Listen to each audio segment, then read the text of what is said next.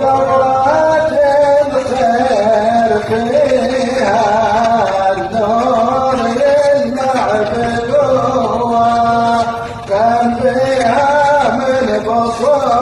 نور تدلير في النبوة